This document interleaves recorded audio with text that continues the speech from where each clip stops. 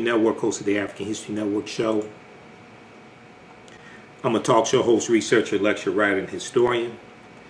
So it is Friday, September 25th, 2020, and we are live. Hope everybody's doing well, best we can. These are crazy, crazy times. We're dealing with coronavirus, and we're dealing with a madman in the White House who's getting worse day by day. But I wanted to talk about this this study. I posted this article on Thursday, September 24th. And it's a new study that came out from Citigroup Bank. And it documents how racism has cost the U.S. economy $16 trillion, okay, in lost revenue, all right? And it ties right into the history and conditions of African Americans. And also, it should serve as a wake-up call for people who want to deny racism exists, deny systemic racism, people like Donald Trump. And some of his supporters, things like this, okay? So everybody share this broadcast on your social media platforms. We're broadcasting on my Facebook fan page, The African History Network, The African History Network. Also on my YouTube channel, Michael Imhotep, I-M-H-O-T-E-P, I-M-H-O-T-E-P.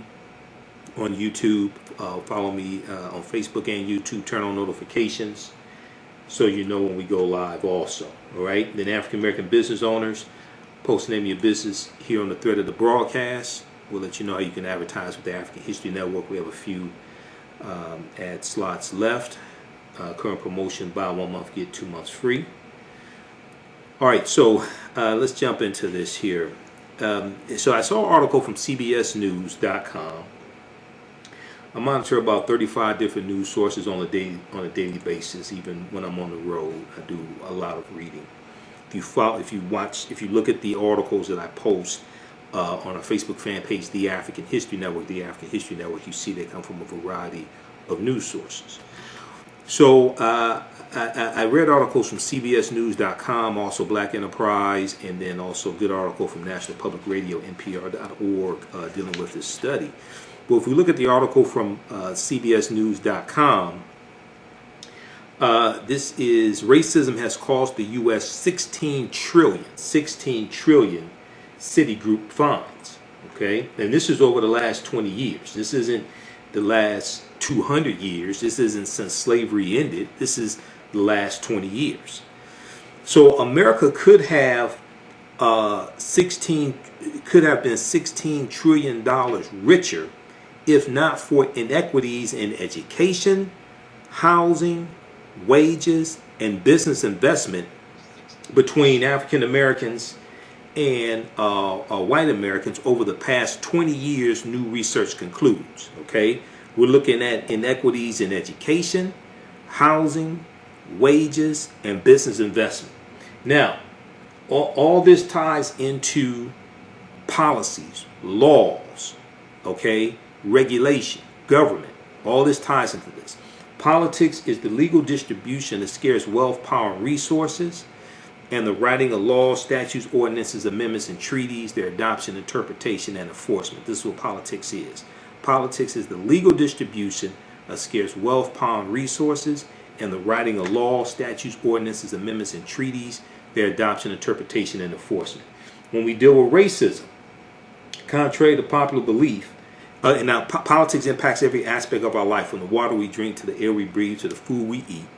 And those who are all into economic empowerment, I'm all for that.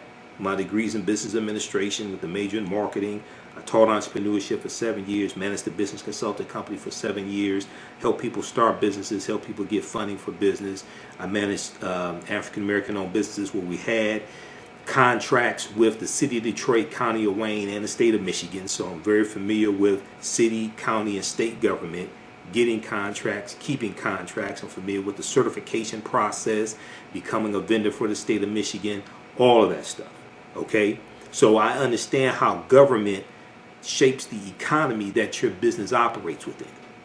All right? And all we have to do is look at what happened with Donald Trump mishandling the coronavirus pandemic, which then tanked the economy.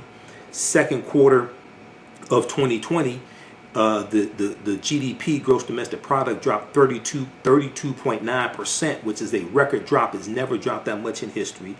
We saw earlier this year that the economy ended 113 consecutive months of private sector job growth. 10 years of private sector job growth, which started under President Obama, and most of it was under President Obama, ended with this unstable genius.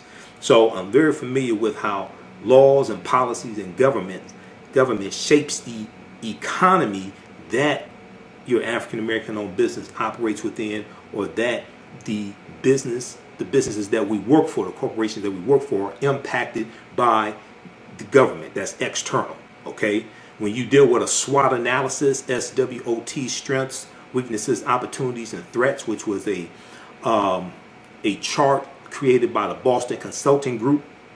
This, when you study marketing, you study this. A SWOT analysis, strengths and weaknesses are things that are internal to your organization.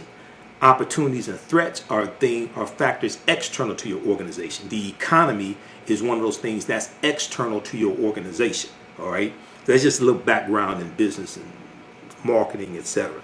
All right, so when we look at this study, everybody share this broadcast. This is a different type of conversation and things you'll see a lot of other places.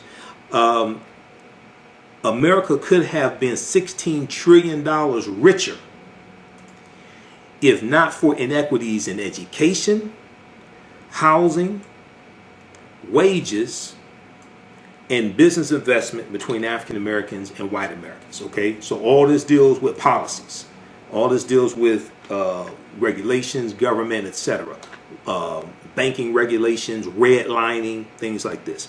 So the study released this week by Citigroup. This article came out September 23rd, 2020 from CBSNews.com. The study released this week by Citigroup Bank, is the latest in a body of research that attempts to quantify the economic impact of systemic racism. This study seeks to quantify the economic impact of systemic racism. What is racism? Okay, I watch MSNBC. MSNBC is on right now. It's just muted. I watch MSNBC all day when I'm out on the road. I'm listening to MSNBC through the TuneIn radio app, or I may listen to the Black Information Network on 11:30 a.m. here in Detroit. I may listen to 9:10 a.m. Superstation because my radio show's on 9:10, so I guess I should listen to them. But oftentimes when, and especially recently, when we look at in the news and they talk about racism, they talk about Donald Trump, they talk about policies, they talk about the Breonna Taylor case, they talk about police misconduct targeting African Americans, things like this, and they talk about racism. Usually they don't define from a historical perspective what racism is. Racism is a system of advantage and privilege distributed based upon race. Racism has nothing to do with not liking people, calling people racial epithets, calling people racial slurs, things like that. That's bigotry. That's not racism. Racism is a power structure. Racism is a system of advantage and privilege distributed based upon race. Racism occurs when one race of people control the majority of the wealth, power, resources, privileges, benefits, land, access to education, access to opportunity. They control the laws, they control the government, they control the healthcare system, corporations, media, etc. This is racism when they control the majority of the wealth, power, resources, benefits, privileges, land, access to education, etc. And they use that to marginalize, subordinate, and do harm to another race of people. This is what racism is. That don't have nothing to do with calling people racial epithets. That has nothing to do with not liking people. Okay? So we have to understand this. In the concept, in the power structure, racism comes out of the ideology of white supremacy. White supremacy is an ideology that European culture, European phenotypes, European ways of doing things is superior to other people. Okay? And this is an ideology that develops coming out of the Dark Ages, going into the Renaissance period. coming out of the 1400s going into the 1500s, when Europeans start conquering people's land, and you have Columbus, 1492, August 3rd, 1492, and landing in the Bahamas, October 12th, 1492. When you have Europeans coming out of the Dark Ages, Portugal, Spain, other European nations, and they're circumnavigating the globe, and they're conquering people's lands, and they're extracting wealth from people's lands, enslaving people, extracting the gold, extracting the silver, etc., and rebuilding Europe, because Europe had lost 1/3 to 1/4 of its people through the Black Death, the bubonic plague that hit in spurts from 1347 to 1400. The Black Death. Okay, Europe loses 1/4 to 1/3 of its population, from between 25 million to 75 million people. They had already been fighting the African Moors for hundreds of years. The African Moors are intermixing with the European population, changing the complexion of Europeans to various degrees, especially in Spain and Portugal, because they're going in from Morocco, in Spain and Portugal, or right above Morocco.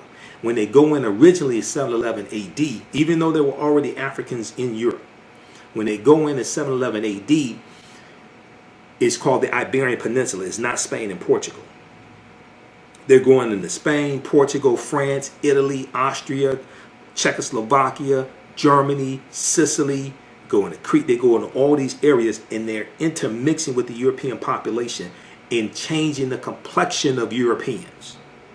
Spain and Portugal probably get it the most, and historically the Spanish and Portuguese had a darker complexion than the English, Austrian, than the English, those in Germany, those in Austria, because when you look at a map, England and Austria and Germany are farther away from Spain and Portugal, even though the Moors are there. The Moors are in France. Okay, so as Europe is coming out of the Dark Ages and gaining power, these European countries, they're rebuilding themselves. They're oppressing Africans. They're enslaving Africans, because these were the same African people they had been dealing with for hundreds of years, the Moors. They weren't coming in contact when the Portuguese go into Mauritania in 1441. And this is when we look at the beginning of the transatlantic slave trade. Usually we started in 1441 with the Portuguese going into Mauritania. That ain't the first time they were dealing with Africans. They were dealing with them for hundreds of years. The Moors. So when what we're dealing with is the purpose of racism is to preserve genetic white survival. That's what this is all about. Racism is the power structure to maldistribute wealth, power, and resources into the hands of Europeans to preserve genetic white survival. And the power structure of racism reinforces the ideology of white supremacy. The ideology of white supremacy is to preserve genetic white survival, because Europeans saw what happened for hundreds of years when Africans intermixed with Europeans. And as they started circumnavigating the globe, and they started seeing the majority of the world was not European, and when they started intermixing, when those men on those ships started intermixing with the native women, and saw that the baby wasn't white anymore in general, right? They realized over time, they had to put things in place. Otherwise, they would genetically become wiped off the face of the earth. So when we understand racism and white supremacy, they work together. They're not the same thing. Racism is the power structure. White supremacy is the ideology that gave birth to the power structure. But this is all about preserving genetic white survival. If you don't understand that, and you think racism is about calling people at the N-word, calling people racial epithets, not liking people, then you don't understand racism or white supremacy. Okay, now I encourage people to read these two books. It's a number of books to read. One, you can read this also, Nile Valley Contributions to Civilization by Tony Browder. Nile Valley Contributions to Civilization by Tony Browder.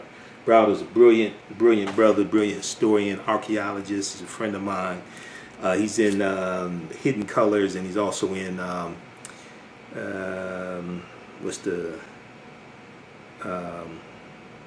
Out of Darkness by director Amadeus Christ. Okay, now this right here, Golden Age of the Moor. Golden Age of the Moor. This is one of the best books dealing with the history of the Moors, edited by Dr. Ivan Van Sertima. Okay, Runoko Rashidi, who's a friend of mine, has an essay in here. Dr. Jose Pimenta Bay, who's one of the baddest scholars on the history of the Moors. All of that. This deals with this. This deals with that whole history of the Moors, 800 plus years in Europe. All right. Now this one here, this is a book by Runoko Rashidi, Black Star, the African Presence in Early Europe. Black Star, the African Presence in Early Europe. And this deals with, this is probably like kind of an updated version of Golden Age of the Moor. A lot of color pictures in here. But this deals with the history of these African Moors. You look at this picture right here, page 92. A Moor in chains, 17th century in Prague, Czechoslovakia. The Moors in Czechoslovakia. They're in Austria. They're in Germany. I mean, when we look at the name Schwarzenegger, Schwartz means dark or swarthy. Neger is Austrian and German for Negro. Okay, Schwarzenegger means, it can mean either the dark plowman or the dark Negro. Dr. Jose Pimenta Bay broke this down in one of his lectures dealing with the history of the Moors in Spain. But the Moors are in Austria and Germany. Austria and Germany are right next to each other. So when we look at Arnold Schwarzenegger, Arnold Schwarzenegger was from where? Austria. The Moors are all throughout Austria. Saint Maurice. Saint Maurice was a Moor who became the patron saint to Germany. Okay? Saint Maurice, he was a Christian and he was martyred. Saint Maurice. But when you go study this, Alessandro de Medici. Alessandro de Medici. He was called Il Moro, I-L-M-O-R-O. He was the Duke of Florence, okay, ruler of Florence from 1530 to 1537. This is page 92. All right, so when you go now, this right here, I've dealt with this in some of my lectures. So we know the Black Madonna and Child. The Europeans are worshiping the Black Madonna and Child, which is a copy of Osset Isis and Heru Horus, which then becomes transformed as the Black Madonna and Child. Okay, they're worshiping that even before the Moors go in. But you still have the statues of the Black Madonna and Child in Czechoslovakia and Poland and things like this. France, they still have those statues there. But this right here, this is the national flag of Sardinia. Okay, and it has 4 Moors' heads on it. The national flag of Sardinia, which is an Italian island. If you look at the national flags of Sardinia and Corsica, these islands, they have Moors' heads on their national flags. And because the Moors were in those areas, and the Moors were conquered, and it was a monumental effort to conquer them. So they're putting them on, these Europeans are putting them on those national flags. Originally, when you look at them here and you see they have a bandana, right? Originally, the bandana was a blindfold to signify that they were prisoners. But because of tourism and being politically correct, things like this, they turned the blindfold into a bandana. But the Moors were conquered. So when you study now this right here also, coat of arms of Pope Benedict XVI with the head of a Moorish king. All right, this right here, this is page 91 of Runoko Rashidi's book, Black Star, the African Presence of Early Europe. All right, so see, when you study books like this, now this is history before the transatlantic slave trade. So one of my teachers, Professor Kabahaya Kamene, talks about how to understand the existence of something, you must first understand the pre-existence of existence. To understand the existence of something, you must first understand the pre-existence of existence. So we can't start the transatlantic slave trade in 15th century. You got to go back hundreds of years before that. To understand white supremacy and racism, you got to understand the history of the Moors in Europe. When they talk about the transatlantic slave trade, okay, the transatlantic slave trade is really Europeans getting revenge on the African Moors for what was happening in Europe for hundreds of years. The transatlantic slave trade is a continuation of these wars, of this conflict. It's a new chapter. Yes, it's a new chapter, but it's still a continuation of a story. See, the mistake that people make is they think that this was when 15th century, this is when Europeans first came in contact with African people. No, it's not. You missed the previous chapters of the story. Okay? So then you get into the stratification of humanity into races. You deal with people like Dr. Johann Friedrich Blumenbach, who coined the term Caucasian in 1779. You deal with people like Dr. Carl von Linnaeus, things like this. And these people are stratifying humanity into what we call races based upon geographical origins, based upon phenotype, hair texture, skin colors. And they're attaching characteristics. And many of these characteristics can be negative characteristics. They're attaching these characteristics and stereotypes to races, but not based upon anything scientific. So when you read Post-Traumatic Slave Syndrome by Dr. Joy DeGruy, and I don't know where the hell my copy of Post-Traumatic Slave Syndrome is. I got five stacks of books in a bookcase behind me. I don't know where my copy of Post-Traumatic Slave Syndrome is. But she deals with some of this history. Okay, the origins of races. The concept of race basically evolves over the 16th, 17th, and 18th centuries. All right, so when we deal with a study like this right here from Citigroup, and it's talking about racism has cost the U.S. $16 trillion, okay, we really have to understand what it is that we're talking about and what racism is. All right, how's everybody doing? Share this, but this is a different type of conversation. All right, because I'm a different type of person. Follow me on my Facebook fan page, The African History Network, The African History Network. Follow me on my YouTube channel, Michael Imhotep, IMHOTEP. Okay, if you like this type of information, also you could donate to the African History Network, $ the AHN Show through Cash App, $ the AHN Show through Cash App, through PayPal, paypal.me/the AHN Show. PayPal.me/the AHN Show, or at our website, AfricanHistoryNetwork.com. Click on the yellow donate button. You can donate there. And all my DVD lectures and digital downloads are available there at our website. Articles I've written, things like that. And listen to the African History Network show Sundays, 9 p.m. to 11 p.m. Eastern Standard Time. We broadcast here on social media, and we broadcast. I do radio here in Detroit, 10 a.m. The Superstation, WFDF. All those shows are archived on Facebook and YouTube, and in audio podcast format. So you go to my website, AfricanHistoryNetwork.com, click on listen to podcasts, and we're on 8 different podcast platforms. Just search for the African History Network show wherever you get your podcast from. All right, because I have over 1,000 audio podcasts going back to 2010. Okay, so let's continue here. But I have to give you some of that historical foundation so we can understand this study. So we can understand what racism is in the origins of this. I have to give you that historical foundation. So the study released this week by Citigroup is the latest in a body of research that attempts to quantify the economic impact of systemic racism, which basically is racism, because racism is systemic by nature, because racism is a system of advantage and privilege distributed based upon race. Citigroup arrived at its $16 trillion figure after estimating that 1. African American workers have lost $113 billion in potential wages over the past 2 decades because they could not get a college degree.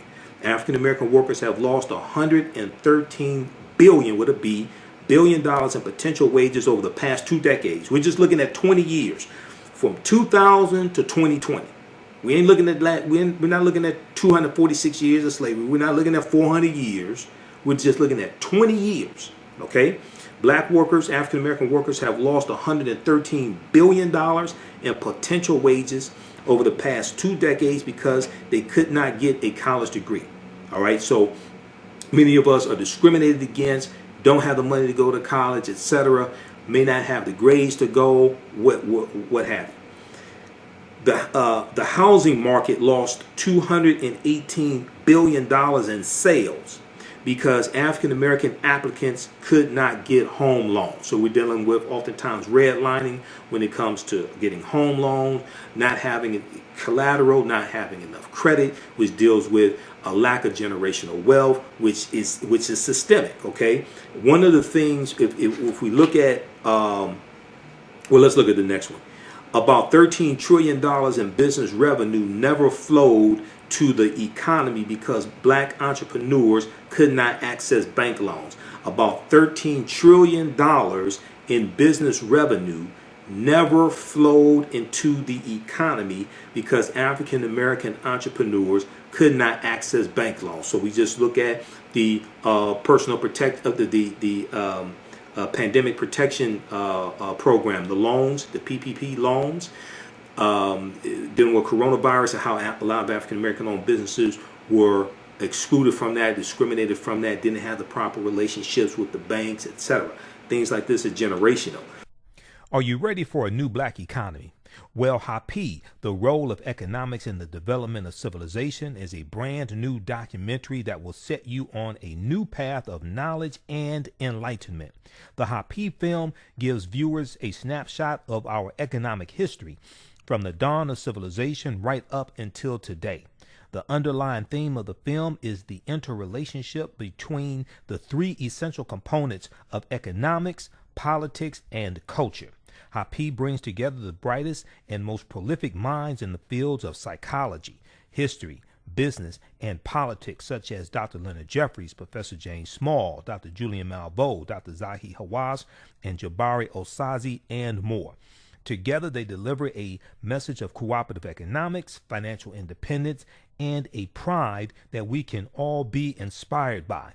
The film is on sale now. It's streaming on all digital formats. Or for DVD, please visit Happy, H-A-P-I, happyfilm.com. Use offer code HAPPY, AHN, for a 10% discount. The revolution will not be televised. It will be digitized, coded, and branded. Don't let your young person get left behind. Join TechCore 2 on Saturday, September 26, 2020 in their 6th straight year, providing tech, STEM, science, technology, engineering, and math, coding, and Saturday classes. TechCore 2's mission is to develop a technology pipeline program for urban youth from kindergarten to college to career entry. TechCore 2 offers 9 different tech classes for students in grades kindergarten through high school, including computer programming, coding, gaming, hip-hop and STEM, and video production. All classes are online with live instruction. To register or for more information, please visit techcore2.org. That's techcore, the number 2.org, or give them a call at 215-879-6701. That's 215-879-6701. Don't forget to grab your $10 discount with promo code TAHN Fall 2020. Just to give you, even though this is outside of the 20-year period, just to give you some historical background information on this. When we look at policies that help to maldistribute wealth, power, and resources in this country, one of the biggest policies that did that came out of the New Deal. Now, even though there were some good things in the New Deal that benefited African Americans, a lot of the way the policies, a lot of the way the resources were put into the hands of various states set up discrimination against African Americans. Okay, so we look at the New Deal during World War II, President Franklin Delano Roosevelt, and we see that you're going to see the creation of the Social Security Administration in 1935. We see the Minimum Wage Act created in 1935.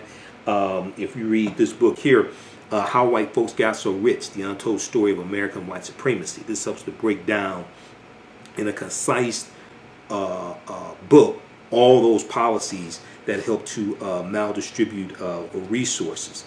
But when we look at the GI Bill, the GI Bill is going to be government issue. The GI Bill is going to be one of the policies of the New Deal, and it was the last policy of the New Deal that is going to change the landscape of higher education in this country. And the 1.2 million or so African American veterans who fought in World War II, they're going to largely be shut out of the benefits of the GI Bill. The GI Bill is going to allow these white men who are veterans, is going to allow them to get low interest loans to go to college, to start businesses, and to buy homes. Low interest loans to go to college, start businesses, and buy homes. Okay? Oftentimes when we think about the GI Bill, we just think about going to college. It was three main things. African American soldiers, the veterans, are largely going to be discriminated against and taking advantage of these benefits that, one, they earned, two, their taxpayer dollars help subsidize and create opportunities for white men. So then, because of the Federal Housing Act of about 1949, the Federal Housing Act of 1949, which also allowed white people to put 3% down on low interest loans and get houses built out in the suburbs that are being formed after World War II. World War II ends in 1945. These men are coming back home, having children. This starts the baby boomer generation. Okay, now these men need more space to live in. They need to buy homes. They're having a family. The suburbs are being formed, and houses are being built out in the suburbs. Resources are being taken away from the inner city. The deindustrialization of the inner city starts, and factories and businesses are being moved out of the inner city into the newly formed suburbs. African Americans try to get loans to move out to the suburbs. We're running into the redlining. Redlining was created by the Homeowners Loan Corporation. The Homeowners Loan Corporation was a government entity created in 1933. Redlining is going to be created after that. Some sources say 1934, some sources say 1937. All right? So what happens is, with redlining, properties in areas of a city were shaded with different color shading. The properties that were looked at as good investments to make loans on, they were shaded in green. Properties that were looked at as bad investment, high risk, they were shaded in red. Well, a lot of the property in the inner city where many of us live was shaded in red. When we try to go get loans out in the newly formed suburbs, we're discriminated against, we're blocked from getting those loans. When these white men and white families are allowed to buy these homes in the newly formed suburbs, the homes are allowed to accumulate wealth, accumulate in value, so they accumulate wealth. Okay? And then you have the U.S. Interstate Highway Acts in 1952 and 1956 that drive about 41,000 miles of interstate highway all across the U.S., and they run through many of our communities. They ran through Black Bottom and Paradise Valley right here in Detroit, wiped out about 300 businesses, displaced hundreds of African Americans, maybe thousands, displaced homes, etc. We're going to see this take place all across the country. The expressways are running from the downtown district in the inner city out to the suburbs. Okay? And then you have the factories and businesses being moved out of the inner city into the suburbs. And then we're being locked, we're being trapped in the inner cities. Then this is when you see African Americans becoming mayors of these cities now, because white flight has already started. A declining in tax base has started, like in Detroit. Detroit had this, so a lot of people are under the misconception that white people started leaving Detroit when Mayor Coleman Young became mayor January 1974. No, white people were leaving going back to the early 60s, okay, even before then. Detroit had in 1961, Detroit had its first budget deficit. It had like a $16 million budget deficit, something like that. The Detroit Rebellion hits in 67. White people are leaving before then. Okay, you had like about 300,000 people, white people who already left Detroit by 67. Okay, so a lot of people blame that on Mayor Young. Now, white people kept leaving when Mayor Young became mayor, but you know, it's a myth in Detroit. Mayor Young ran the white people out of Detroit. No, they were already leaving before he even became mayor. They were already leaving. All right, but what happens is because of white flight and African Americans being trapped, quote unquote, trapped in the inner cities, so to speak. Then African Americans become mayors and get on city council, things like this, right? And then a lot of those African American mayors, then they get blamed for the conditions that they inherited. Now, some of them made mistakes, etc. You know, but there was a good article from Marilyn Katz, K-A-T-Z. Marilyn Katz wrote an article for InTheseTimes.com. Okay, and the name of this article was The Myth of Black Misleadership. The Myth of Black Misleadership. And what she she goes through and lays out this history, like what happened to Detroit.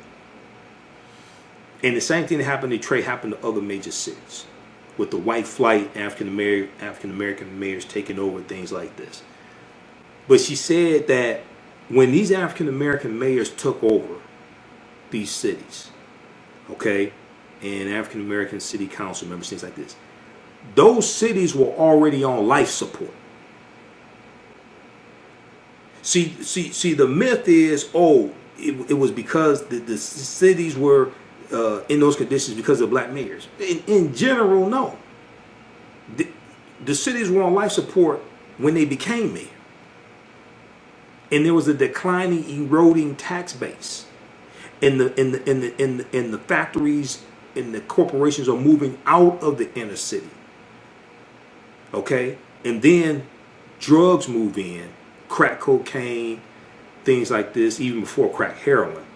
But drugs move in, and they tend to fill a vacuum of economic opportunity, so to speak. Read this article from blackpast.org, Redlining 1937. Redlining 1937, which deals with the history of redlining. The origin of the term redlining stems from the policies developed by the Homeowners Loan Corporation, HOLC, created in 1933 by the Franklin Roosevelt administration to reduce home foreclosures during the Great Depression, and then institutionalized by the 1937 U.S. Housing Act, which established the Federal Housing Association. Okay, so read this. This gives you some background history. I don't have time to get deep into it, so I'm going to try to keep this short. All this deals with policy. Politics is the legal distribution of scarce wealth, power, and resources, and the writing of laws, statutes, ordinances, amendments, and treaties, their adoption, interpretation, and enforcement. All this deals with laws and policies. All right, and it was public policy. Now, a lot of people listen to Dr. Claude Anderson. Dr. Claude Anderson is one of my teachers. I've listened to him. I've known him for years. I heard Dr. Claude Anderson say back about 94, 95, he was speaking at, I think, Fred Price's church. He said it was public policy that put us in this predicament. It's going to be public policy that takes us out of this predicament. Economic empowerment is part of it. It's not going to be economic empowerment that gets us out of this, because it wasn't economic empowerment that put us in this predicament. A lot of people, economic empowerment is important, but we're not in this predicament because of lack of economic empowerment. We're in this predicament because of public policy. The solution to bad public policy is not economic empowerment. Solution to bad public policy is to fire the people that wrote the bad laws, run better candidates, and change the policies, change the laws. Because that's what put you in this predicament. I'm all for economic empowerment. I understand it better than most people. That's the maldistribution of wealth, power, and resources was not because of lack of economic empowerment. Because even at the height of economic empowerment in this country, in about 1910, when African Americans owned almost 16 million acres of land, still probably about half of us were poor, living in poverty. It's the policies, it's the laws Economic empowerment is important, but this, once again, people are oftentimes people may prescribe the right prescription for the wrong illness. The solution to bad public policies is not economic empowerment. I repeat, the solution to bad public policies is not economic empowerment. The solution to bad public policies is to fire the people who wrote the bad public policies and keep writing them, run better candidates, and change the policies that are doing you harm. Economic empowerment is part of it, but no, that's a misunderstanding of history. That's like if people break in your front door and are shooting at you, you go to the back door and start shooting. Well, you're shooting, but you ain't shooting in the right direction. So, and once again, policies and laws shape the environment that your business operates within. So it's both. When I teach, and Professor James Small and Dr. Linda Jeffries teach, they deal with what's called the pyramid principle. The foundation of the pyramid principle is African history and culture. African history and culture gives us our VIPs, our values, our interests, and our principles. It gives us a cultural paradigm that we see reality through. It helps to shape our culture. It gives us a cultural paradigm that we see reality through. The two sides of the pyramid are economic empowerment and political empowerment. We have to have a synthesis of all three of those. It's not just one. Economic empowerment ain't a substitute for politics. Politics shapes your economic empowerment.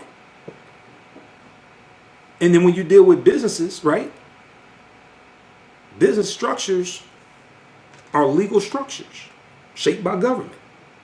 LLC, limited liability company, S corporation, a partnership, sole proprietorship. That's all dealing with government. When you set up a business and you register your business with your state, and you choose your business name, you set up an LLC, you go to your state's website. That's government. Then you go to irs.gov and you get your EIN number, employer identification number. That's government for your business. Then once you get that, then you can go to the bank and set up a bank account in the business name, and they're regulated by the government. Federal Depository Insurance Corporation. That's government. Government regulates your business and shapes the economy that your business operates within. All right, let's continue. So we have to understand how all this connects. A lot of times people are just dealing with one aspect of it. No, we have to have a synthesis. Dr. Linda Jeffries talks about how we have to have a synthesis of all of this. Professor James Small deals with how we have to have a synthesis of all three of these. African history and culture, which gives us our VIPs, our values, our interests, and our principles. And it also influences how we engage in economics, because see, we have a deep, rich history of cooperative economics, the co-ops. So when you read this book here, Collective Courage by Dr. Jessica Gordon Emhart. Now, when I was at Wayne State's business school, because my degree is in business administration, I went to business school. We learned white business principles. We didn't learn this. See, African people, we have a deep, rich history in business, in the co-ops, the cooperative economics, which are principles we brought with us from Africa. But many of us went to white business schools, learned white business principles, and brought white business principles back to the African American community and tried to use them in the African American community. And they don't work in general for the community. They may work for your family, but in general for the community, it's entirely different. When you deal with things like the Color Merchants Association, created about 1928, coming out of the National Negro Business League, which was founded in 1900 by Booker T. Washington. And the Color Merchants Association is teaching black grocery store owners how to compete with the chain stores, the AMPs and the Kresge's, things like this. And it's teaching them better accounting principles. It's teaching them better marketing strategies. They're buying their product, their produce in bulk, so they get better economies of scale. Okay, this is the Colored Merchants Association. When you study things like the Colored Farmers Union, created in Texas in 1886, and they grow to about 1.2 million members. You're talking about in 1886 to about 1901 or so. And they have to disband because of the attacks by white supremacists. Because when you study our involvement in cooperative economics, a lot of those co-ops, and Dr. Jessica Gordon Nimhart deals with this, and I interviewed the sister back in about 2014, and there was an interview she did with Vice.com, I think it was. She talks about how one of the reasons why we don't hear a lot about the co-ops and our deep, rich history in cooperative economics is because a lot of those co-ops had to disband because they were being targeted by white supremacists. They were violent attacks, or people were being killed. Okay? So what happens is when you break up the co-ops, you help to break up the cooperation. Because for the co-op to be successful, African Americans have to cooperate. But if you don't understand this history, then you just absorb white business principles and try to apply them to the African American community. In general, they don't work. You can learn marketing and accounting and things like this. When you study history like this, it's entirely different. This is an example of values, interests, and principles. This is our foundation. Our history engaging in economic empowerment is different than a lot of white people's history. But when African American children go to white business schools, or they may go to a business school at an HBCU, and they're still operating based upon white business principles. Not saying all HBCUs, business schools do this. I'm giving you an example. When they bring back those white business principles to the African American community, okay, you're dealing with something different. Now, people mean well. A lot of them don't have this history. Luckily for me, when I was in business school, I was also studying African history. All right, so I had a different understanding of the information. But check out this book by Dr. Jessica Gordon Nimhart. You read this, this is something on a whole nother level. We were using the co-ops during slavery to raise money to buy people out of slavery. You're going to have co-ops like the Free African Society, founded in 1787. All right, most of this history people don't know. All right, let's continue. How's everybody doing? Everybody share this broadcast on your social media platforms. This is a different type of conversation. Follow us on our Facebook fan page, The African History Network, The African History Network. Follow us on our YouTube channel, Michael Imhotep, Imhotep. All right. Let me see something here. Let me see if we could pull up this article dealing with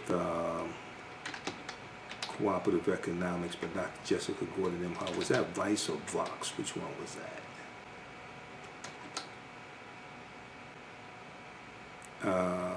Let's see here. Okay, I'll pull it up.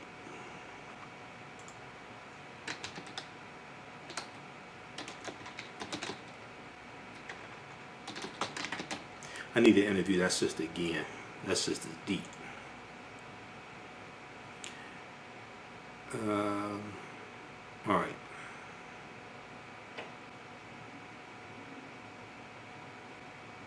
Okay, let's continue here. I'll try to find this article.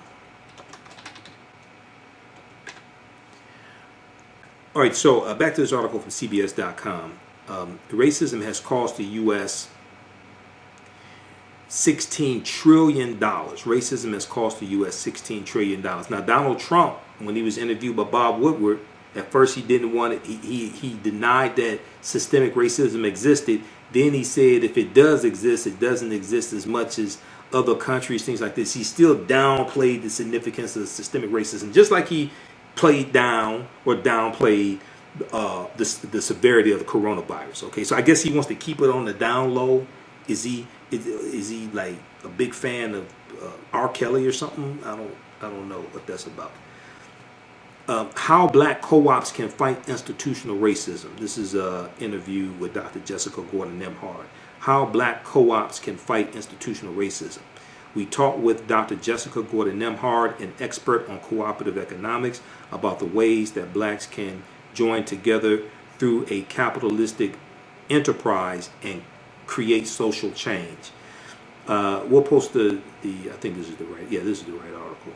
We'll post this link here. Check this out. This is from Vice.com. This is the one I was thinking about. Just briefly here in this article, Vice.com asked a question in the interview. Everyone kind of understands what co-ops are, but can you give me a hard definition? She said businesses that practice cooperative economics are owned by a collective of the people. One of the best examples are credit unions. That's one of the best examples that exist today. You have food co-ops, and I'm a member of Black Securities Food Network here in Detroit. Brother Malik Yakini and his group.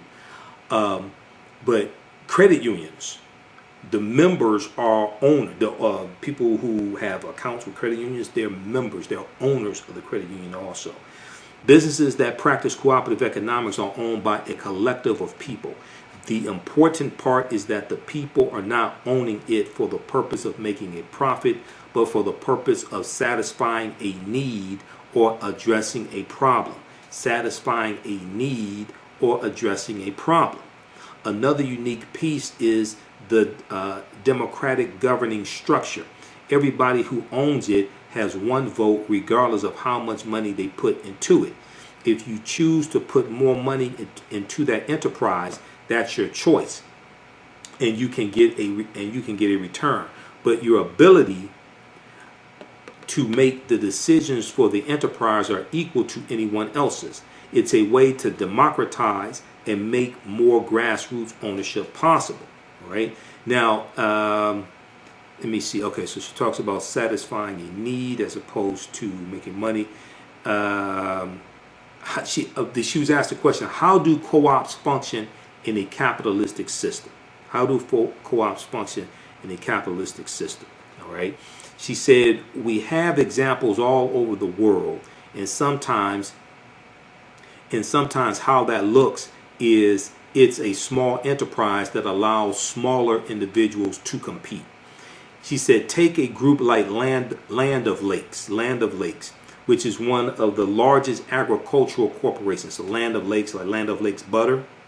Okay, it is actually a cooperative of dairy farmers that all own Land of Lakes together equally. It is actually a cooperative of dairy farmers that all own Land of Lakes together equally. And Land of Lakes buys its milk and produces all the dairy products. So the co-op has the factories, does all the production, does all the marketing, handles the business side. That frees the farmers up to do their dairy farming, knowing that they have a market. Individually, they would not be able to afford a production plant or afford all the advertising. Let me repeat this. Individually, these farmers, these are white farmers. Individually, they would not be able to afford a production plant or afford all the advertising.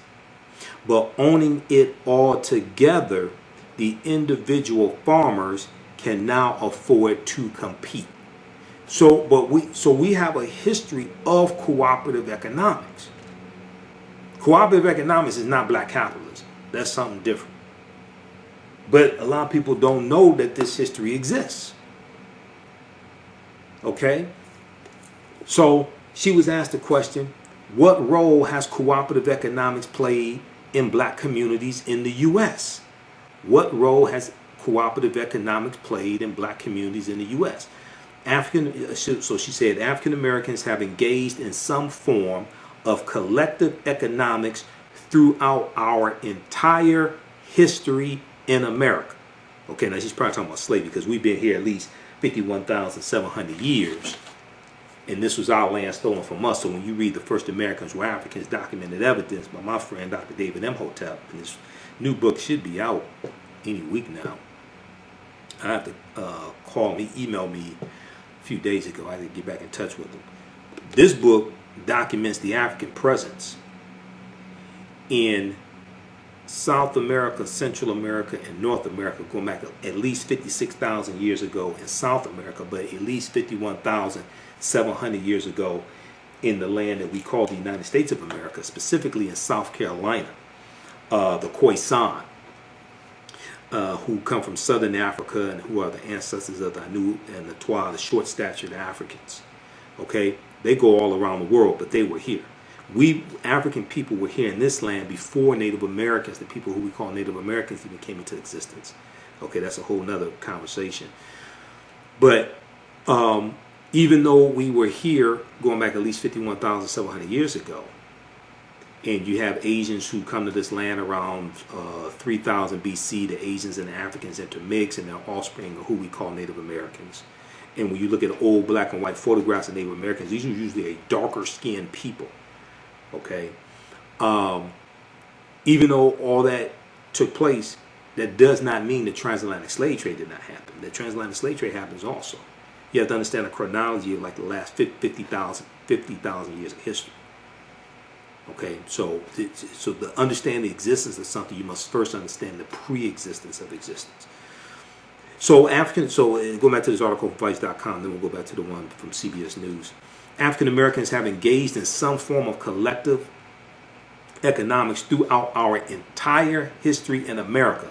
Sometimes it was tilling kitchen gardens on Sundays when we weren't working as enslaved people and sharing the produce.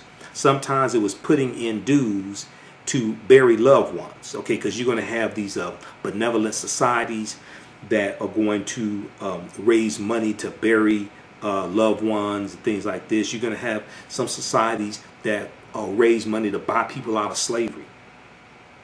By the 1700s and 1800s, we had more formalized systems of collective economics that were more enterprise driven, like insurance companies and collective farming, because African people were coming from communal societies. We're coming from society. So if you read books by Dr. Ishaka Musa Barashango, Dr. Ishaka Musa Barashango wrote, I have it here somewhere in one of these stacks, African People and European Holidays of Mental Genocide. African People and European Holidays of Mental Genocide. And when we look at the principle, when we look at the Nguzu Saba, the 7 principles of Kwanzaa, and we look at Ujima, collective work and responsibility, okay, is talking about African people working together in our societies, collective work and responsibility. So Dr. Shaka Musa Barashango talked about how traditionally African people spent like 1/3 of the year in celebration. He said because we worked together and got the work done, so we had time for celebration. So that ties into Ujima, okay, collective work and responsibility. Then the 4th principle, Ujamaa, cooperative economics. All right, these are all African principles that are part of Kwanzaa to reconnect us to African history, African principles, reconnect us to those values, interests, and principles that give us our foundation. Revitalizing, restorative, indulgent, essential. Crea's Love Butter Raw Shea Butter Collection. How do we know if our skin products are truly delivering all of the health benefits they should? Crea's Love Butter is a thoughtful combination of hand-selected ingredients designed to enhance the level of your skin's health. Crea's Love Butter is an ideal gift for health-conscious loved ones and is a pleasure to both give and receive. They've harnessed the restorative powers of raw shea butter and infused it with their love and passion for revitalizing skin that you will undoubtedly feel from the first use. Visit their website today, creaslovebutter.com. CREAS, createslovebutter.com. Put your skin in the game. Yaya Rule is a line of African print-inspired apparel catered to the black community. The pieces include t-shirts, sweatshirts, hoodies, jackets, dresses, skirts, activewear, bags, and other accessories and home decor. This brand offers a revived way for men and women to wear their black pride and honor their African heritage anywhere at any time.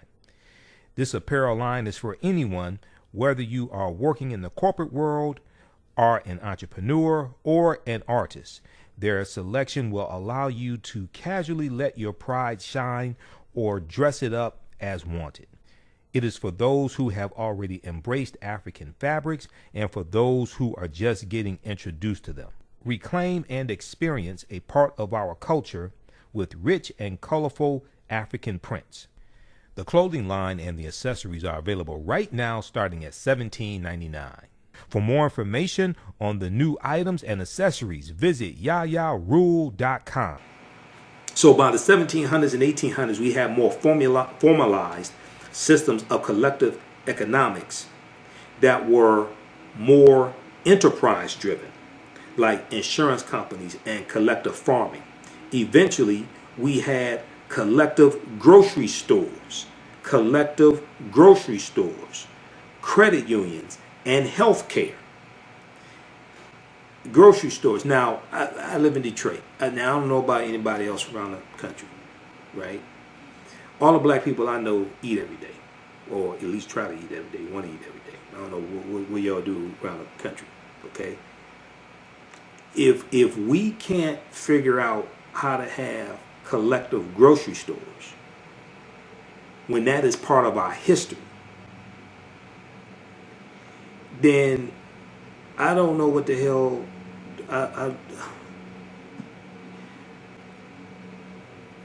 a people's history and culture teaches them how to deal with the problems of the past in the present and the future to meet the needs of the community. We have a deep, rich history of this. We have a deep, rich history of the collective grocery stores. We have to tap into that history. That's that foundation, the African history and culture. It's not. We don't do all this research to be like walking encyclopedias. No. Your thoughts create feelings. Your feelings create actions and behaviors. Your actions and behaviors create results. So we have to tap into this to understand how do we deal with these problems in the past and be able to take things farther than our ancestors were able to take them. By the 1700s and 1800s, we had more formalized systems of collective economics that were more enterprise driven, like insurance companies and collective farming. Eventually, we had collective grocery stores, credit unions, and health care. Europeans eventually recognized the model around 1844, and it formally came to the U.S. Blacks then started forming official co-ops in the 1860s and 1870s. By the 1880s, labor unions were actually helping workers to start their own co-ops, and African Americans were involved in that too. So she was asked the question, did co-ops play a role in the civil rights movement? She said it was what I call a silent partner to the movement. It was what I call a silent partner to the movement. This was done by African Americans partly to survive outside of U.S. capitalism, which was so exploitive. It was also a way to create independence and wealth so we could be more politically active. So she was asked, can you tell me about the relationship between segregation and cooperative economics, the relationship between segregation and cooperative economics? Dr. Jessica Gordon-Nemhard said, one of the things we learn when we study cooperative economics is the stronger co-ops have members who have a strong sense of camaraderie. Okay, camaraderie. She says, so how do you find people who already have that feeling and get them to do co-ops? For African Americans, sometimes it was already being involved in church or an activity that made you want to do more for your community. Sometimes it was because they had nothing and they pulled together just to survive. And sometimes they were already politically active. And then they realized being politically active made them economically vulnerable. Sometimes they realized being politically active made them economically vulnerable. Dr. W.B. Du Bois said that we need to self-segregate so that we can create that sense of solidarity and use an economic structure that recognizes that sense of solidarity to create economic prosperity for all of us. And from that position of strength, we can go back out to the rest of the world, either integrate if we want to, or at least demand our rights and demand equal footing. Okay? So she's talking about Dr. W.B. Du Bois. Read the rest of this article. This is from Vice.com. This is an interview with Dr. Jessica Gordon-Nemhard, who wrote the book Collective Courage. Collective Courage, A History of African American Cooperative Economic Thought and Practice. So this is an article from Vice.com, How Black Co-ops Can Fight Institutional Racism. This is from August 9th, 2016, by Sage Howard. How Black Co-ops Can Fight Institutional Racism. All right, let's see here. Let's post this link here. Also, if you want to advertise with the African History Network, email us customer service at africanhistorynetwork.com. Customer service at africanhistorynetwork.com. We'll let you know you can advertise with us. Current promotion, buy 1 month, get 2 months free. We have, I think, maybe 2 more slots available because we just brought on some new advertisers today. An African American business owners, post the name of your business here in the thread of the broadcast as well. Okay, so let's continue. So let's go back to the article from CBSNews.com. Racism has cost the U.S. $16 trillion. Racism has cost the U.S. $16 trillion. So we talked about African American workers have lost $113 billion in potential wages over the past 2 decades because they could not get a college degree. We talked about the housing market lost $218 billion in sales because black applicants could not get home loans. Also, about $13 trillion in business revenue never flowed into the economy because African American entrepreneurs could not access bank loans. Read the article from History.com. History.com. History.com is the official website of the History Channel. Read this article from June 21st, 2019. How the GI Bill's promise was denied to 1 million black World War II veterans. How the GI Bill's promise was denied to 1 million black World War II veterans. All right? This is part of the New Deal. All this deals with history. Okay, this is why it's extremely important to understand this.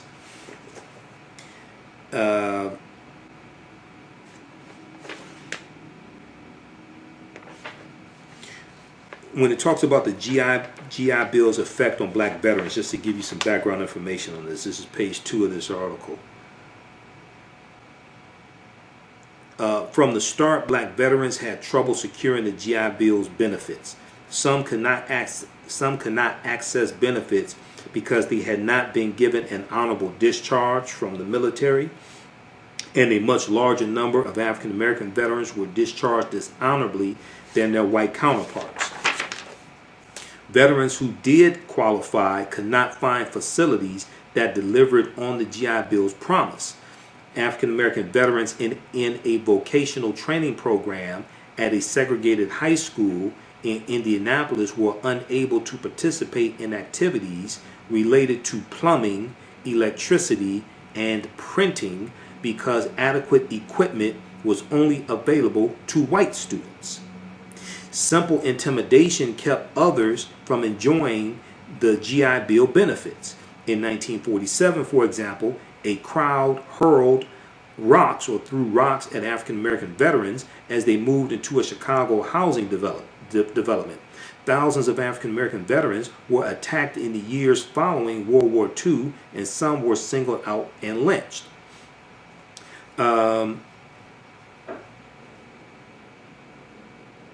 Okay, so read the rest of this. It talks about redlining, a white post-war housing boom, and redlining in black neighborhoods. The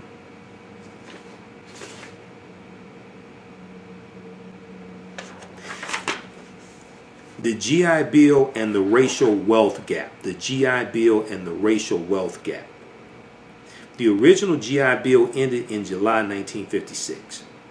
By that time, nearly 8 million World War II veterans had received education or training, and 4.3 million home loans worth $33 billion had been handed out. But African American veterans had been left behind, as employment, college attendance, and wealth surged for whites. Disparities with their African American counterparts not only continued but widened. Disparities with their African American counterparts not only continued but widened. There was, writes a writer named Katz Nelson, quote, no greater instrument for widening an already huge racial gap in post-war America than the GI Bill, end quote. Today, a stark wealth gap between African American and white Americans persists. The median wealth for white Americans is about $171,000. For African American households, the median household wealth is just $17,100, about 1/10. The legacy of the GI Bill is still at work, and for African American families, its negative impact could linger for years to come. This was public policy. This was public policy that increased the racial wealth gap. Okay? It's going to be public policy that closes it. I'm all for economic empowerment. But that ain't what caused this. This was government. This was laws. This was policies. I'm all for economic empowerment and us doing business with one another and the 5-story building. I'm all for all that. That ain't what caused this. So we have to be very clear on this. All right. So read that article, and then you can also read FDR signs GI Bill. FDR signs GI Bill as well. From history.com. That was June 22nd, 1944. That's when it was signed. All right, so let's go back to the article from CBS.com. Racism has cost the U.S. $16 trillion. And all this deals with policies and laws and things like this as well. So the U.S. could have $5 trillion in gross domestic product over the next 5 years if these gaps and others were closed today, the study indicated. The U.S. economy could have $5 trillion added to the GDP, gross domestic product. The GDP is about $19.5 trillion as it is now. Right, about $19.5 trillion. Okay. So, yeah, U.S. GDP totaled $19.5 trillion last year in 2019. Now we know it dropped 32.9% in the second quarter of this year because of this dumbass in the White House who has no clue what he's doing. Okay, Donald Trump. This is an example of how elections have consequences. Quote, racial inequality has always had an outsized cost, one that was thought to be paid only by underrepresented groups, the Citigroup banking chair Raymond McGuire said in a statement.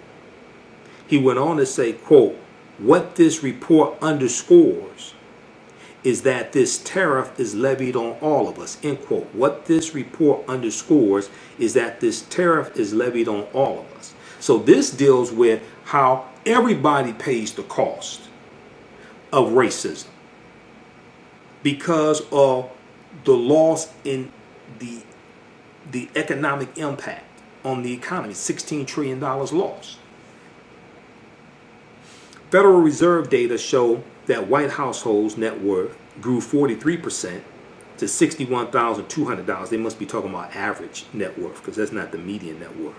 Median is a statistical measure where 50% of the population is below a certain point and 50% of the population is above a certain point. That's the median. This looks like the average. Federal Reserve data showed that white households' net worth grew 43% to $61,200 between 1995 and 2016. Between 1995 and 2016. While it remained flat at $35,400 for African American families. Moody's Investor Service found that 44% of African American households owned their homes in 2019. 44%. Compared with 74% of white households. There's a 30% gap dealing with home ownership. Okay? So this is why home ownership is so important. So this is why you hear a lot of talk right now. This is not an endorsement, but if you watch my Sunday night show, we've been going through breaking down Joe Biden's plan to empower Black America. It's in 6 parts. So we've been past 5 weeks. We've been going through breaking it down. It's a 22-page agenda for the African American community. We've been going through page by page, policy by policy, breaking it down. One of the things that they're focusing on is increasing the rate of home ownership for African Americans. Okay, and right now with this coronavirus pandemic, African Americans are more vulnerable to being evicted when it comes to renting because a lower percentage of African American households are owners. Okay, and if you own your home, if you have some positive equity in your home, you can possibly tap into that positive equity, get a line of credit or something like that, use that as resources, okay, to weather the storm. But also, if you are a home owner, it's going to, in general, it's going to take longer for you to be thrown out of your house if you own it than if you just rent it in general. Okay. So this has wide-ranging ramifications. So the study also highlights the, quote, real costs of long-standing discrimination against minority groups, especially against African Americans, and particularly in the U.S., Citigroup economist Catherine Mann said in a statement. A McKinsey study released in 2019 explored how these and other inequities have reduced the nation's wealth. The McKinsey study from 2019 explored how these and other inequities have reduced the nation's wealth. So when Donald Trump talks about make America great again, notice he doesn't talk about these inequities. Usually he doesn't talk about the gap in home ownership rates for African Americans, unless when he's lying about it, saying oh, is an increase in home ownership. He doesn't talk about the fact that African American women make 61 or 62% for every dollar that the average white male makes.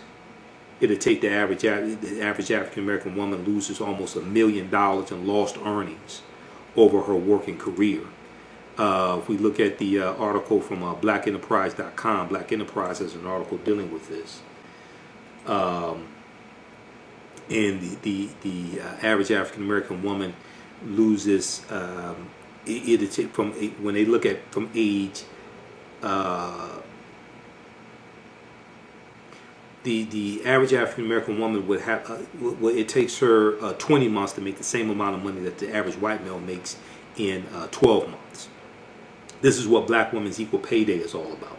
Okay, so I find it interesting that Trump doesn't want to address these inequities. You listen to him, he doesn't want to address these inequities. He doesn't want to address why is the African American unemployment rate usually double that of the white unemployment rate. Okay, so a McKinsey study released in 2019 explored how these and other inequities have reduced the nation's wealth. The nation's GDP, which is the total value of goods and services, could be up to 6% higher by 2028.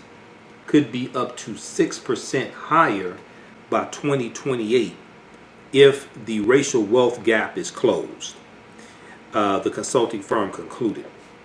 Lawmakers must pass targeted policies. Now, this is what the article says. And this is citing the study. Lawmakers must pass targeted policies that boost household income for Black Americans in order to address the issue, McKinsey said. Okay? Lawmakers, because all this is dealing with policies and laws. I'm all for economic empowerment, but that ain't that. If policies address these issues, then that will automatically help economic empowerment. But these conditions don't exist because of lack of economic empowerment. They exist because of bad public policies. Okay, so we have to understand the connection, because you'll prescribe, because if you don't understand this, you'll prescribe a remedy that doesn't address the root cause of the problem. Lawmakers must pass targeted policies that boost household income for African Americans in order to address the issue, McKinsey said.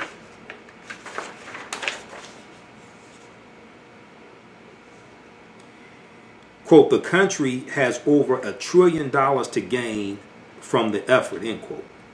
Now, incarceration rates among African Americans, voter suppression efforts, and conscious bias in hiring all play a role in hindering the U.S. from making strides in closing this gap.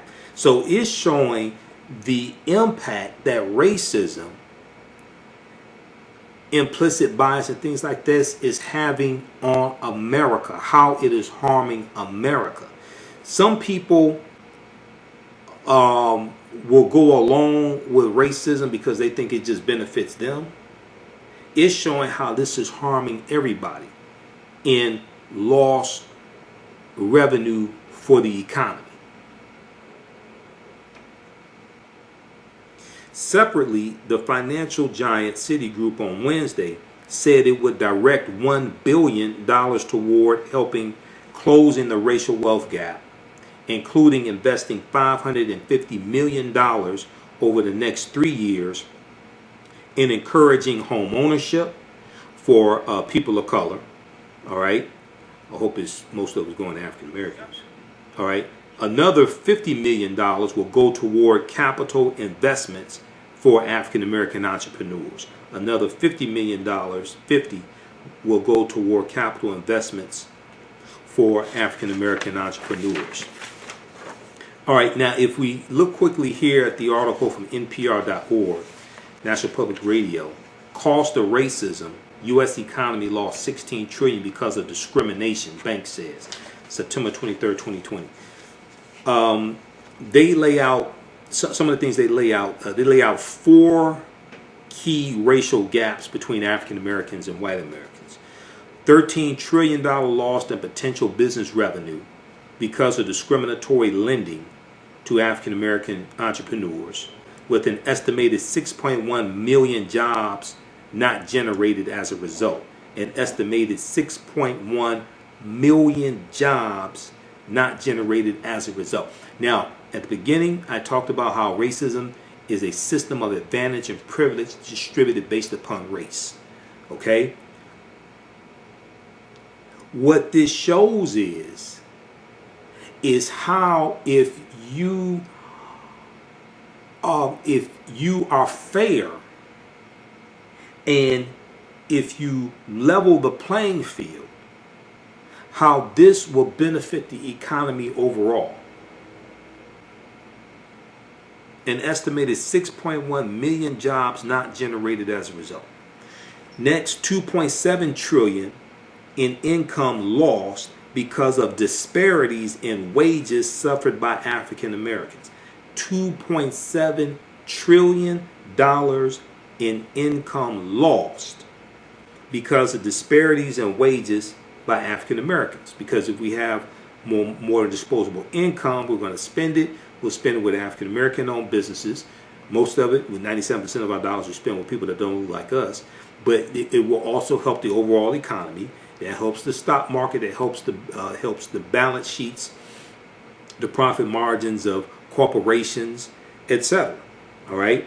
If we look at the article from blackenterprise.com, black women lose out over $1 million in their careers to the wage gap. Black women lose out over $1 million in their careers to the wage gap. And this is from 2019, October 17, 2019.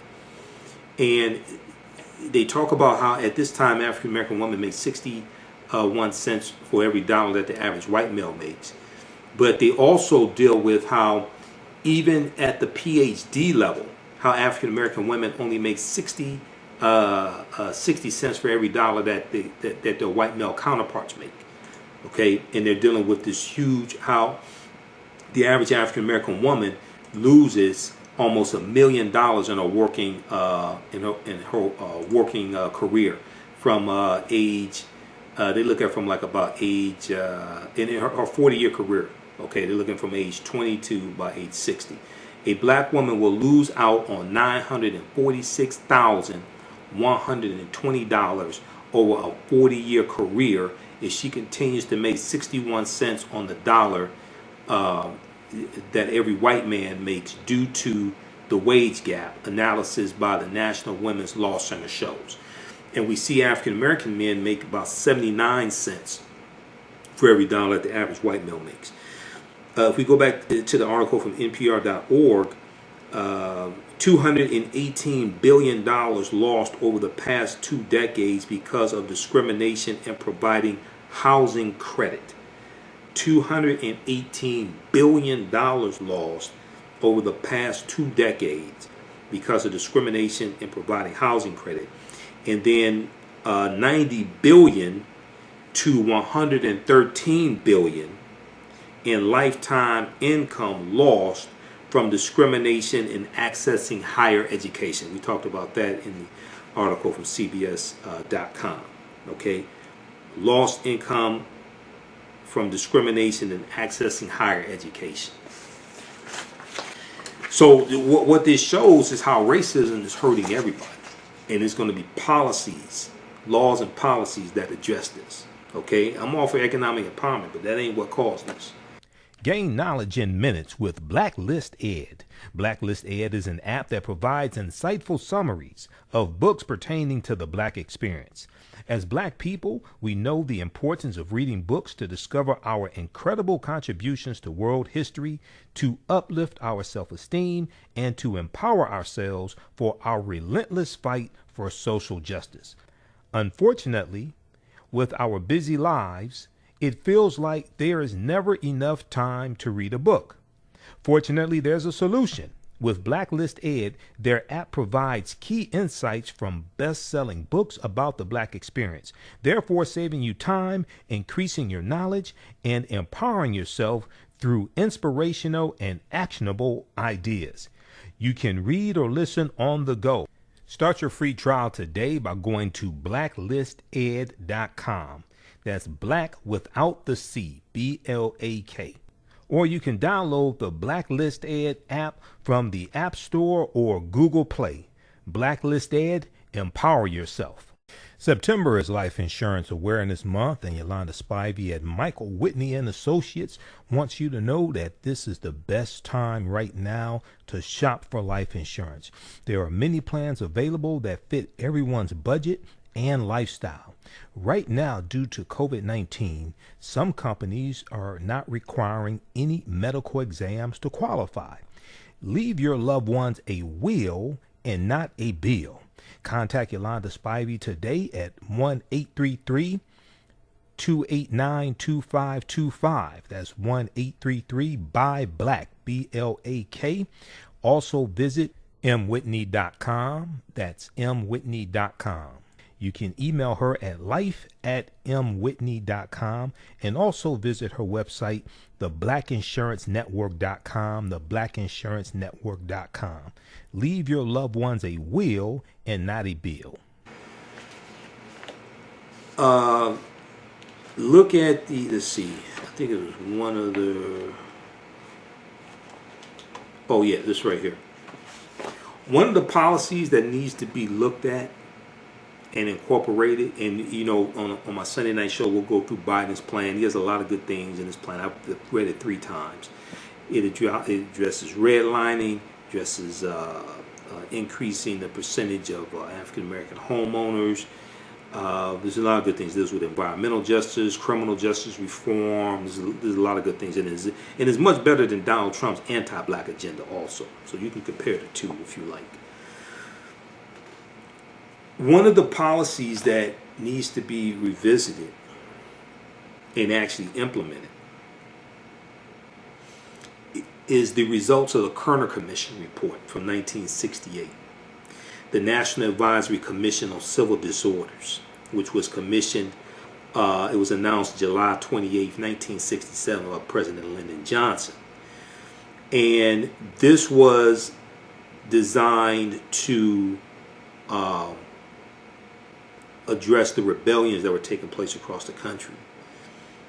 And it was it was headed up by Governor Otto Kerner, who's the governor of Illinois. And they surveyed 23 cities, and they wanted to ask 3 questions when it came to the rebellions. Okay, because this was right after the Detroit Rebellion ended in '67. They wanted to look at 3 questions: what happened when they talk about the rebellions? What happened? Why did it happen? And what can be done to prevent racial disturbances in the future? Okay, if you read this article from blackpast.org, okay, it deals with it's called National Advisory Commission on Civil Disorders, 1967 Kerner Commission, National Advisory Commission on Civil Disorders. All right, how's everybody doing? Everybody share this broadcast on your social media platforms. Invite your friends to tune in. Also, if you like this type of information, you can donate to the African History Network, $ the AHN Show through Cash App, $ the AHN Show through Cash App, also through PayPal, paypal.me/the AHN Show, paypal.me/the AHN Show. But very quickly here, they want to look at what can be done to prevent racial disturbances in the future. In order to answer these questions, the Commission surveyed 23 cities across the nation which experienced a racial rebellion. They found that, because like in '67, 67 was known as the Long Hot Summer. You had 159 violent uprisings in 1967 alone. Okay, now they were not all on the level of a Detroit or Newark, New Jersey, but they happened. In USA Today, USAtoday.com has an article called "The Long Hot Summer." It's dealing with the rebellion in Newark, New Jersey. They go through and break this down. So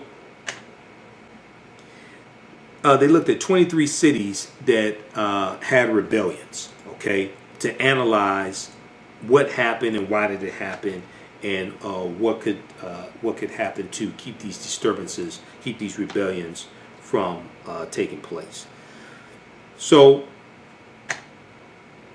they found that the racial disturbances were not the result of a single triggering event. The racial disturbances were not the result of a single triggering event, but that in all cities surveyed, African Americans experienced severe economic and social disadvantages compared to whites. Severe economic and social disadvantages compared to whites. Also, the report noted that the riots or rebellions were not the result of any conspiracy. Rather, they were a response to what the report identified as the racial attitudes and behaviors of white Americans toward African Americans. The racial attitudes and behaviors of white Americans toward African Americans. This report came out in 1968. In responding to why the rebellions occurred, the Kerner Commission report pointed to African Americans' frustration and feelings of powerlessness regarding extremely high rates of unemployment and underemployment. Unemployment and underemployment.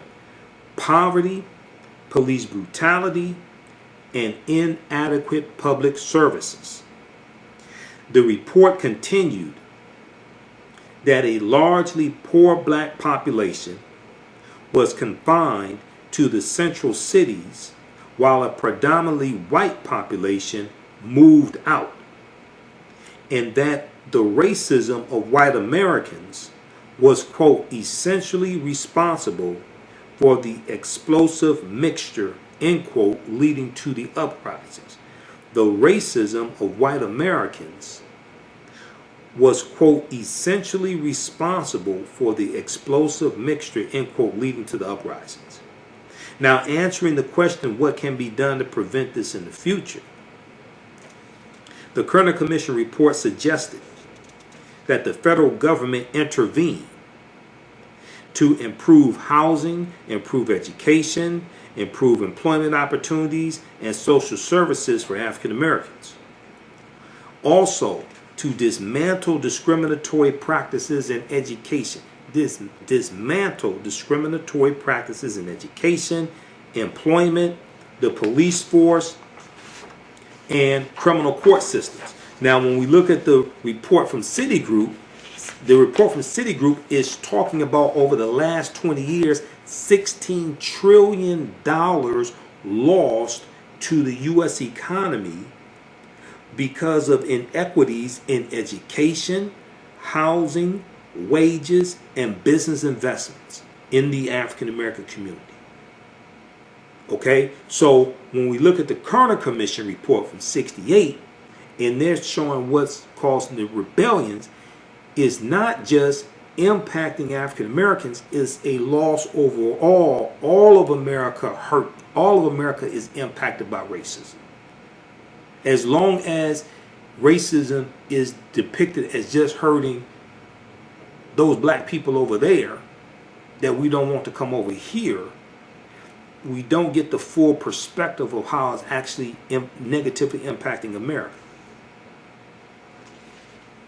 So President Johnson accepted the report, Lyndon Johnson, but did not support the conclusions, and minimal efforts were made to address the problem identified by the commission. Now, also, he's dealing with the Vietnam War at this time as well.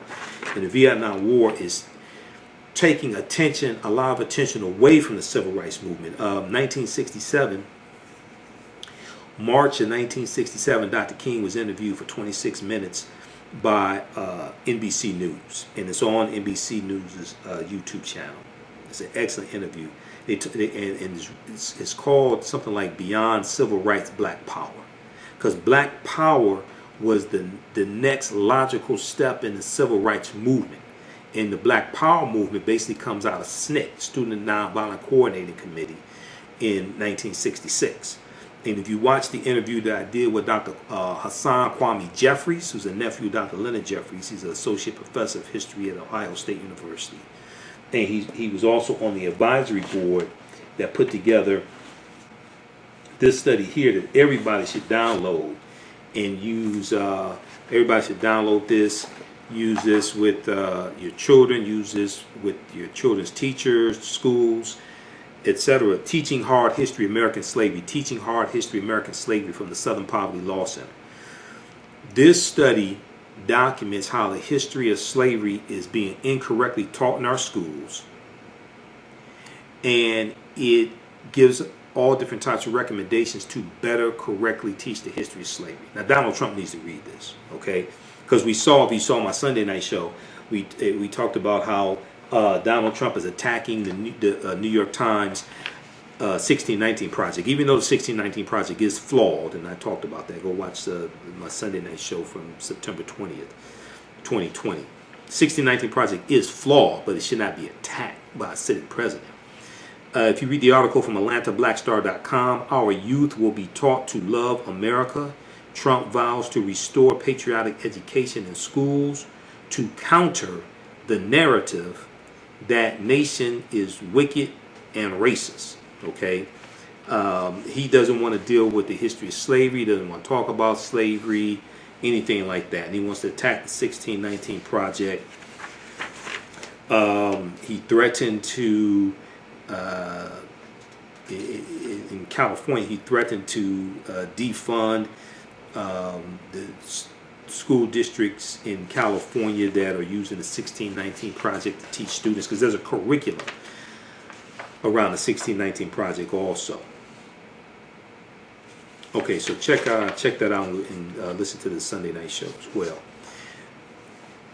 If you read so when the 50th anniversary of the Kerner Commission report happened in 2018, people were revisiting it. Read this article from WashingtonPost.com, No Progress for African Americans on Home Ownership, Unemployment, and Incarceration in 50 Years. No progress for African Americans on home ownership, unemployment, and incarceration in 50 years. This is from February 26, 2018. And it's looking at, now you have to understand what happened in the past 50 years, because things go up, things go down, etc. But it's comparing the results of the Kerner Commission report in 68 to what's taking place in 2018 also. Okay. All right. Let's see here.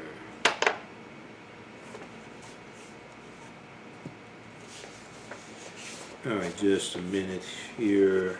Let's see what else we have. Okay, and then when we tie in education and higher education, etc., then we tie into crushing student loan debt for African Americans as well.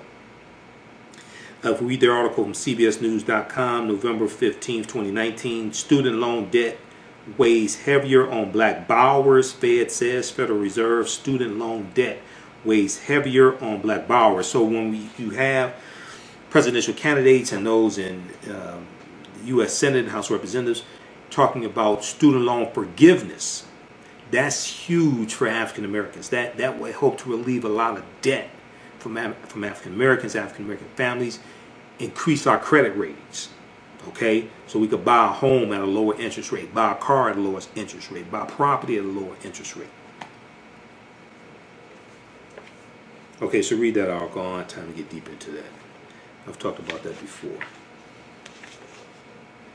But that gives, when you relieve student loan debt, that's more money that we can use to buy a home, start a business, invest in stocks, buy land, etc. Okay? That has a huge impact on our families and our communities.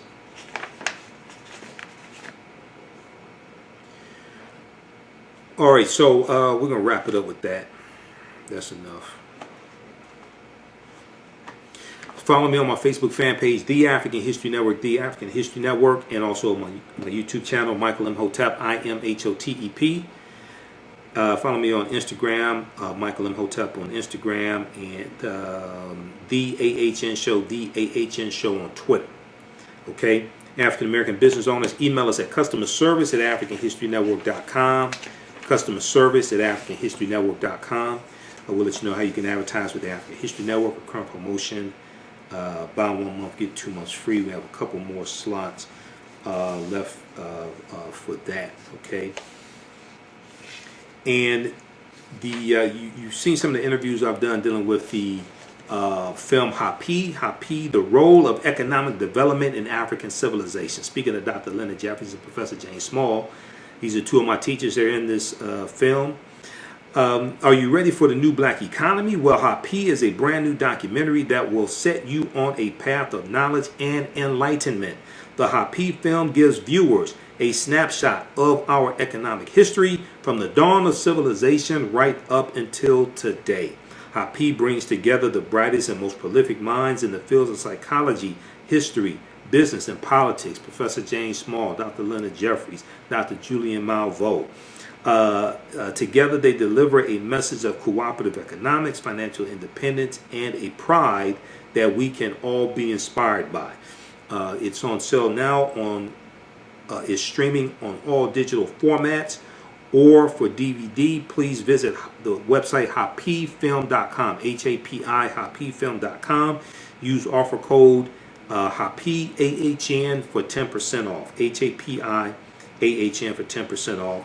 And they have online screenings of it also periodically. So when you go to the website, it lets you know when the latest screening is. I actually moderated a panel discussion with some of the cast members. It was a private online panel discussion for people who purchased tickets for an online screening of it. Okay, so that was a really, really good panel discussion. We dealt with a lot of history, dealt with ancient Kemet, ancient Egypt. I mean, we dealt with a lot. Hopefully they'll make it available. It's from the director Takeed Grant, Brother Takeed Grant. All right, so look, we're going to get out of here. Also, you can donate to the African History Network, $, the AHN Show through Cash App, $, the AHN Show through Cash App, and through PayPal, paypal.me/the AHN Show. Also, just keep doing the research, stay on the air, finance our Sunday night show. Remember, at the African History Network, we focus on educating, empowering, and inspiring people of African descent throughout the diaspora and around the world, because right now it corrects wrong behavior. What you do for yourself, what you do to yourself, and what you allow other people to do to you and get away with is based upon what you think about yourself. What you think about yourself is based upon what you have been taught about yourself. What you've been taught about yourself is based upon everything you've read, heard, and seen about yourself. So when you control the radius of a man's thoughts, you can control the circumference of his actions, because the mind can't do or teach what it doesn't know. Also, listen to our audio podcasts as well. We're on 8 different podcast platforms: Castbox, iTunes, Stitcher, TuneIn Radio. So search for the African History Network Show wherever you get your podcast from. Then also go to our website, AfricanHistoryNetwork.com, AfricanHistoryNetwork.com, and click on listen to podcasts as well. Okay. All right, so we're going to get out of here. Remember, right now is correct wrong behavior. It's not over till we win. Wakanda forever. We'll talk to you next time. Peace. The revolution will not be televised. It will be digitized, coded, and branded. Don't let your young person get left behind. Join Tech Core 2 on Saturday, September 26, 2020 in their 6th straight year, providing tech, STEM, science, technology, engineering, and math, coding, and Saturday classes. Tech Core 2's mission is to develop a technology pipeline program for urban youth from kindergarten to college to career entry. Tech Core 2 offers 9 different tech classes for students in grades kindergarten through high school, including computer programming, coding, gaming, hip-hop and STEM, and video production. All classes are online with live instruction. To register or for more information, please visit techcore2.org. That's techcore2.org, or give them a call at 215-879-6701. That's 215-879-6701. Don't forget to grab your $10 discount with promo code TAHN Fall 2020. The books Ivy and Catalina Visit Sellville and Brooklyn Softball Adventures are from authors Sidney Carujo, Brooklyn Carujo, and Shanine Dials Carujo.